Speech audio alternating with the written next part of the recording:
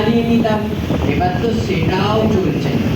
একই অবস্থা তো আমাদের গ্রামেও। 3টে নলের মধ্যে 2টো নল তো অকেজ, আর একটি নল দিয়ে তো লাল জল বেরাচ্ছে। তো তুমি বালতি হাতে যাচ্ছ কোথায় এত সকালে? ওই দূর মধুরাপুর গ্রাম থেকে জল আনতে হচ্ছে। গ্রামে হলে ঘরের মেয়ে বউরাই আনতো। সে তো আমাদের গ্রামের লোকেরাও ওখান থেকেই জল আনছে। এমনি চললে ওরা তো আর আমাদের জল দেবে না।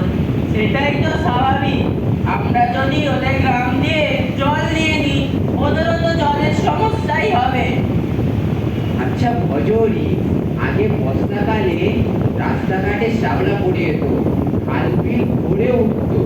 এখন দেখো আগের মতো আর কিছু রইল না। তুমি ভাবো তো আমাদের সেই খালের কথা, বর্ষাকালে জল উঠলে পড়তো, আর এখন বর্ষাতেও জল নাই।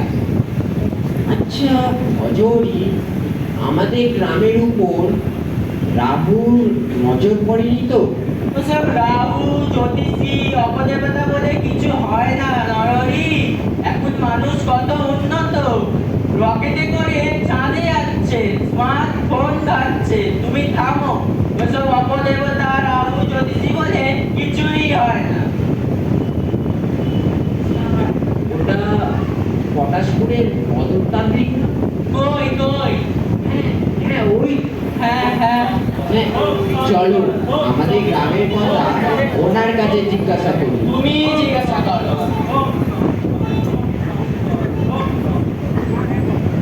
রাম গুনি বাবা। প্রণাম।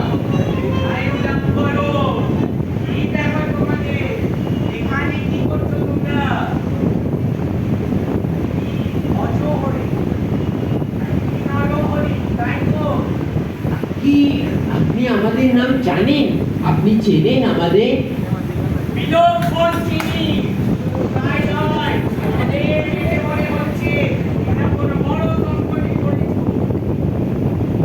দেখলে ভজরি, আমার কথাটাই ঠিক হলো। ওনার মতো এত বড় প্রিয় ব্যক্তি বলে কিছু না বলায় আমাদের দুঃখের কথা বুঝতে পারে। এখনো তেমনি কিছু বুঝতে পারলাম না নরহরি। আচ্ছা তুমি বাবা, আমাদের গ্রামে মেঘ করছে কিন্তু বৃষ্টি হচ্ছে না কেন বলুন তো? হবে না হবে না, তোমাদের গ্রামে বৃষ্টি হবে না। তোমাদের গ্রামে অপদেবতার প্রভাব পড়েছে, মানে অল্পশক্তির প্রভাব পড়েছে। কিন্তু তাহলে আমাদের তো দিনের কথা, তো এর থেকে বাঁচার কি কোনো উপায় আছে? বম শঙ্কর, বম শঙ্কর। আসবে না কেন? যেখানে মদনতান্ত্রিক আছে, সেখানে অপদেবতারা কি করছে? সব কিছু আমি করে দেব। এর জন্য একটা অশুভ শক্তি বিনাশক যজ্ঞ করাতে হবে। বৃষ্টির জন্য যজ্ঞ? তা কত টাকা খরচ হবে? বম শঙ্কর, বম শঙ্কর। তা তো হবেই। এ তো আছে মধ্যমেও যজ্ঞ নয়, অনেক বড় যজ্ঞ। এত বড় যজ্ঞ তো আমাদের একের পক্ষে তো করতে হবে।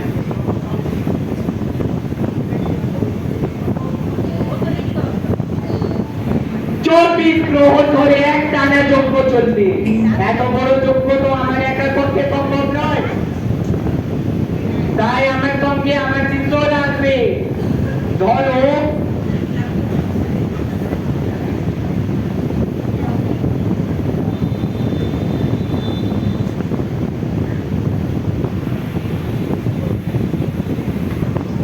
Bomb Shankar, bomb Shankar. আমি হিসাব করে দেখেছি, যতই কম না করি 50,000 টাকার খরচ হবে।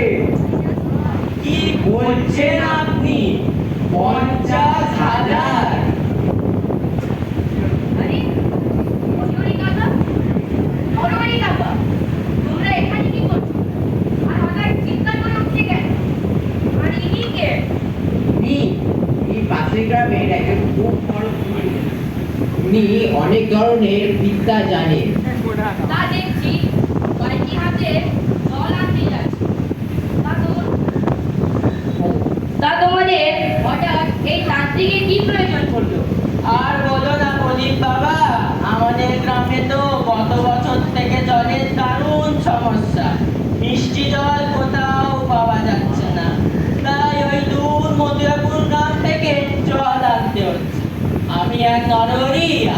করছিলাম বৃষ্টি কেন হচ্ছে না, তখন এই কুলিন মশাই বললেন বৃষ্টি হবে, এর জন্য যজ্ঞ করতে হবে। যজ্ঞ করলে নাকি আমাদের গ্রামে বৃষ্টি হবে, বন্যা হয়ে যাবে। আর এই যজ্ঞে 50,000 টাকার মতো খরচা। বল শঙ্কর, বল শঙ্কর। আমার ঘটনা কখনো ভুলতে পারি না, বুঝেছো? চুপ করুন আপনি, এক টাকাও খরচ করবে না তোমরা। ওসব অশুভ শক্তি অপদেবতা বলে কিছু হয় না, ওসব আপনার খুচরো কি বুঝলে? কে ছোকরা আমার গণনার ওপর কথা বলে? আমি প্রদীপ মহান্ত্রী, পাশের গ্রামেই থাকি। আমি একজন বিজ্ঞানের শিক্ষক। ও মাস্টার, তাই এত পদর পদর করছো? কোনো পটর পটর করছি না, একজন বিজ্ঞানের শিক্ষক হয়ে পড়াশোনার লাভে যা শিখেছি তা দেখেই সঠিক বলছি, বুঝলে? বল শঙ্কর, বল শঙ্কর। একটু পিছনে গিয়ে ধানকে বলছো তৃণ, ঘিকে বলছো কৃত। তুমি আমাকে চেনো না, আমি তোমাকে মন্ত্র দিয়ে বলে দেবো। চুপ করুন আপনি, বিজ্ঞান আপনার ওই লাল সুতো মোড়া দুপাতা গল্প নয়। মাস্টার না, মাস্টার মশাই বলতে শিখুন। অপরকে যদি আপনি সম্মান দিন তবেই আপনি ফেরতে সম্মান পাবেন, বুঝলে? আচ্ছা বাবা, তুমি অত রাগ করো না, ওনার সাথে বেশি তর্কাতর্কি করে লাভ নেই। কি বলতে কি করে ফেলে। কেন? আমাদের প্রদীপ বাবা তো ঠিক কথাই বলেছে, ও একটা বিজ্ঞান শিক্ষক। বল শঙ্কর, বল শঙ্কর। ও তাহলে তোমরা যোগ্য করাবি না? কোনো যজ্ঞের প্রয়োজন না, বুঝলেন?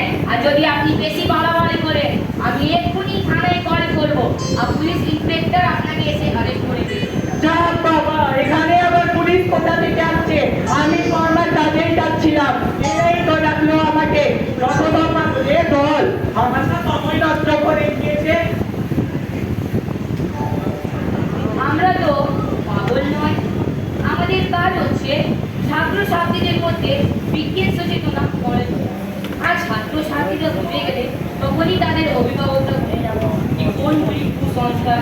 আর তখন এই মদন ফদন তান্ত্রিকদের মুখে মুখোশটা খুলে দেওয়া হলো আমাদের কাজ।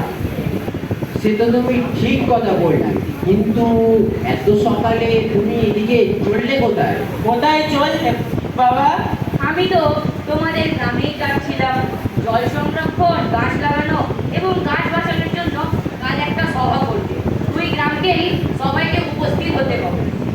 সে তো খুব ভালো কথা। তাহলে চলো সবাই মিলে যাওয়া যাক।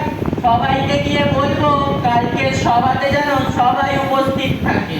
মনে আছে ভজ কাকা, তোমাদের গ্রামে ওই চারপাশে দিঘির কত বড় জঙ্গল ছিল, কত জীবজন্তুরা বাস করতো সেখানে।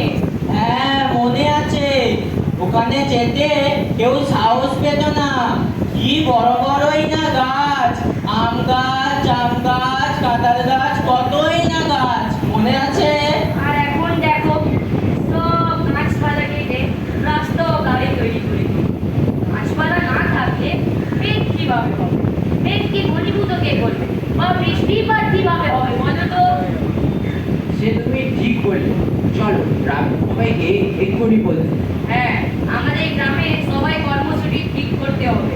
আর আগামী দিনে আমাদের প্রচুর গাছপালা লাগাতে হবে এবং সেই গাছপালার রক্ষার ব্যবস্থা করতে হবে এবং জলের অপচয় বন্ধ করতে হবে।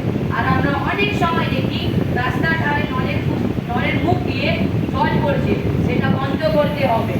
আর প্লাস্টিক ও পলিথিনের ব্যবহার একটু কমাতে হবে। চলো চলো।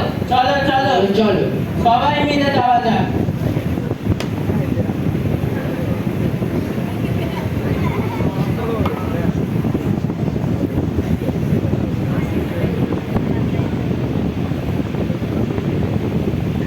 চলো চলো চলো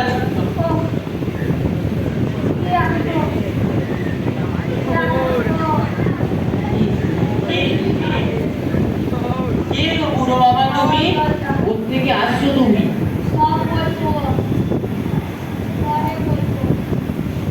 বসো বসো বসো বসো বসো।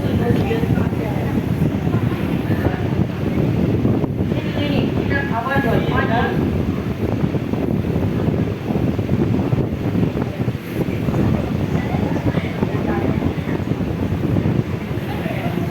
আহ কি আরাম, কি ভালো জল, কি মিষ্টি জল।